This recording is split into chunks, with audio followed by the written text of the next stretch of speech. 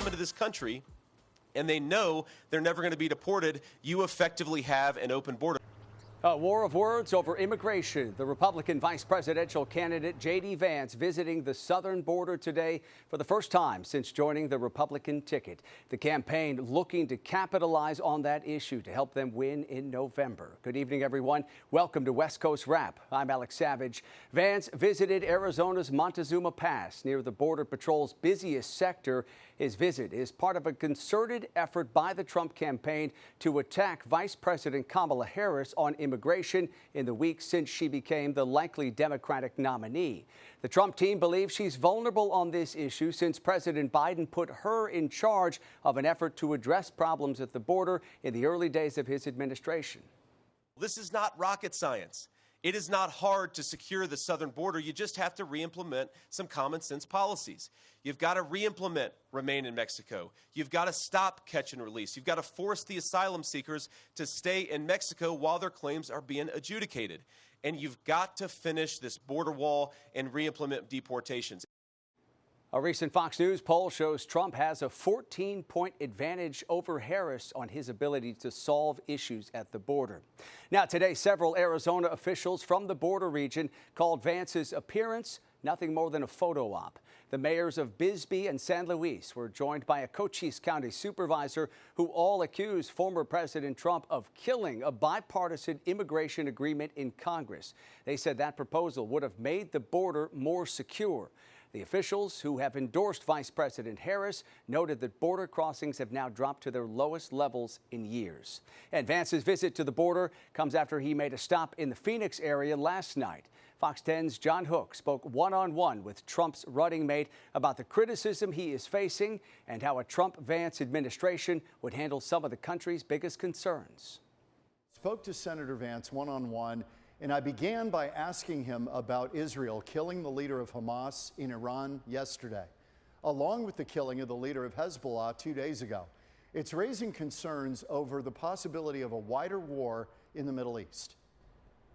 I think that what we have to do now, unfortunately we're in the position that we're in, is we have to empower the Israelis to get this thing over as quickly as possible. It's not in Israel's interest, it's not in our interest for this war to prolong itself. So with the Israelis, take care of the bad guys, take care of Hamas, and hopefully move towards a peaceful resolution in the Middle East, because there is appetite among some of Israel's Arabic neighbors to join it together in a real peaceful resolution, but that's not going to happen while this war is going on. Then I talked to Senator Vance about a new attack on the ticket, some on the left calling him weird. What do you make about this idea that you're weird, Trump's weird, and anybody who supports MAGA is weird? Look, I think it's Kamala Harris having her campaign run by a bunch of social media interns who don't know what they're doing. But look, I'm a husband, I'm a father of 3 beautiful kids, and I want better American leadership to make this country more prosperous and more free. If they want to call me weird, I welcome it. I just want the country to do better, and I'm going to do everything I can to make it happen. As we've talked about before, Donald Trump picked J.D. Vance as his running mate to deliver votes in the Rust Belt. So how does that message resonate in Arizona and the Sun Belt? Well, I think that what unites the Rust Belt and the Sun Belt, the industrial Midwest from places like Arizona and Nevada, is that people want good jobs. They want an American president that protects American jobs, whether they're in the factories or in the tech sector. And they want reasonable regulations, because you can't build a business, and you sure as hell can't build a factory if you're destroying the American energy sector and making it hard to actually make things in this country. So little different industries, sometimes little different histories, but I think the unifying message is we want a secure border, we want good jobs for American citizens, and there is a unified policy message to achieve that. Okay, and finally, the question everybody seems to be asking. Okay, what do you have against childless cat ladies? Nothing. Look, the left has taken these comments completely out of context. They've actually affirmatively lied about what I said. I mean, Kamala Harris said that I went after women who are suffering from infertility. It couldn't be further from the truth. Our heart breaks for women who are suffering from infertility. What I did say, and I do believe, is that Democrats have embraced a set of anti-child ideas. That's why you see rising housing costs. That's why you see parents getting jammed with surprise medical bills when they come home from the hospital with a baby. And that's why you hear a lot of Democrats saying some very weird things, like, for example, that women shouldn't have babies because of concerns over climate change. I'm pushing back against those ideas, and I'm going to keep on doing it. And that was Fox 10's John Hook reporting for us tonight from Phoenix. The Republican ticket is set, but Democrats have yet to formally select a presidential nominee. Today, the Democratic National Committee began the formal process of picking its candidate to replace President Biden on the ballot.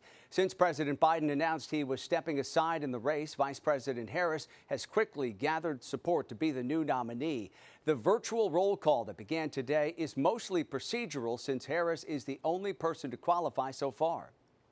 As a party, we have an obligation to design and implement a fair nomination process for delegates to officially express their preferences through a vote, resulting in eventually an official nominee of the Democratic Party who will go on to the top ballot in November. The vote has to be done before the Chicago convention because of a deadline to get on the ballot in the state of Ohio. Once the process is over, Harris is expected to announce her vice presidential pick. The vice president has already said that she will start a multi-state campaign with her new running mate next Tuesday. And as part of that 7-state tour among battleground states, Harris is heading out west, visiting Nevada and Arizona, which of course are 2 key battleground states in this November's election.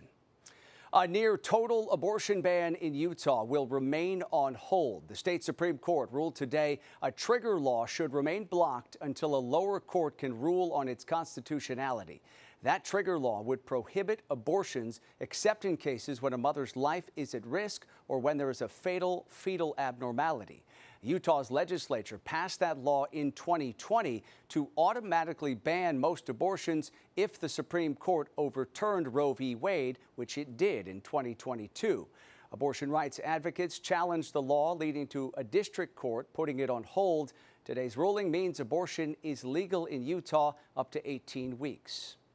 The city of Huntington Beach in Orange County is considering an ordinance that says educators must inform parents about their child's gender identity or gender expression. The so-called Parents' Right to Know measure comes in response to a recently passed state law in California banning policies that require schools to notify parents about their child's gender identification changes. The Huntington Beach City Council will be taking up that item next week. Today in Southern California, hundreds of video game performers began walking picket lines. This was the scene outside Warner Brothers Studios in Burbank today. The actors, who are members of SAG-AFTRA, have been on strike for about a week now, but today was the first time they hit the picket lines. At the center of this labor dispute is artificial intelligence. Performers want a new contract that requires consent before companies can reproduce their voices or likenesses using AI. We want protections from companies being able to use our likeness, our movement, without our consent to keep generating profit over and over and over again without our knowledge. A spokeswoman for the video game producers told the Los Angeles Times that the companies were negotiating in good faith and says the two parties had reached tentative agreements on the vast majority of the proposals on the table. She added the companies remained optimistic that a deal is within reach. Prostitution and drugs, 2 visible signs of crime in the city of Seattle. As Fox 13's A.J. Janavel shows us tonight, city leaders earlier today unveiled 2 different strategies to try to crack down on sex exploitation and public drug use.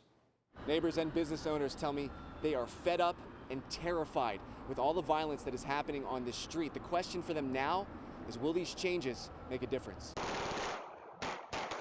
Gunfire lights up a side street in North Seattle. Bullets hit family homes and cars. Neighbors say it happens all the time. Thoughts and prayers can go so far, but when there's a turf war happening over one specific thing and it's ending up being fights, gunshots, and all this other stuff that's happening in our streets night after night, they need to actually understand. Trey tells me he paid out of pocket to fix the bullet holes in his own home. Dana Mangello tells me crime has only gotten worse since City Council repealed the original prostitution loitering laws back in 2020.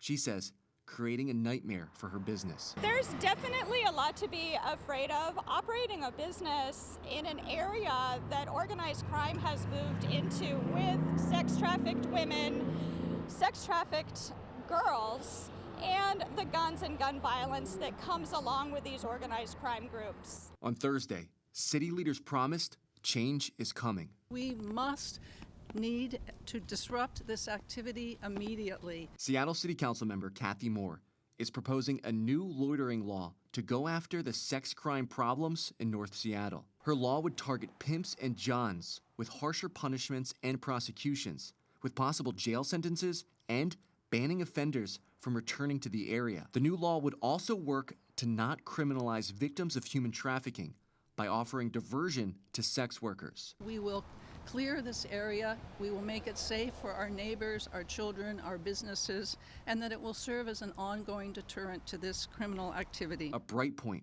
for what has been a dark time for the Aurora community. I feel hopeful. The plan from this point is to introduce these new laws to city officials later this month. However, there is no timeline for if and when these proposed changes would go into effect. You can count on continued coverage. Reporting here in Seattle, I'm AJ Janovel, Fox 13 News. In Arizona, Scottsdale police are warning the community tonight not to initiate their own to catch a predator type investigations. Police say recently they've investigated 2 such cases in which teenagers chatted with adults online and arranged meetups to confront the adults. Police say not only is this dangerous, but in many cases, the alleged child predator is not likely to be prosecuted. A new pursuit policy is now in place for law enforcement in the Seattle area. King County Sheriff's deputies are now allowed to chase suspects involved in burglaries and cases where there is an ongoing threat. Deputies previously were only allowed to go after suspects who were connected to dangerous felonies and DUIs. Deputies will still have to weigh the dangers of a chase against the potential threat to the community. Shock and awe, and we just can't believe it. Evacuees in Northern California returning home to where their homes once stood. Coming up tonight, what's left of communities burned by the park fire. And it's been nearly a year since a massive wildfire devastated a small town in Hawaii. The deal expected to be reached next week that could help victims of this disaster. In the West Coast weekend just around the corner now, we'll take a peek at what you can expect coming up.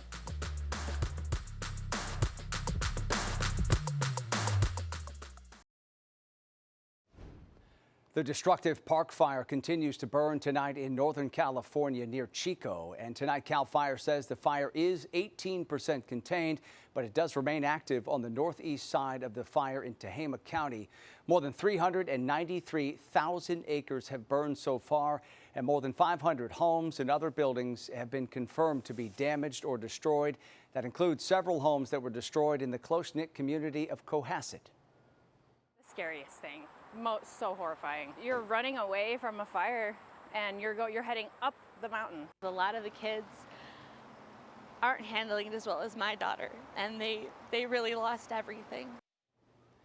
More than 6,000 firefighters are on the scene tonight, and those crews are bracing for their next challenge, the weather.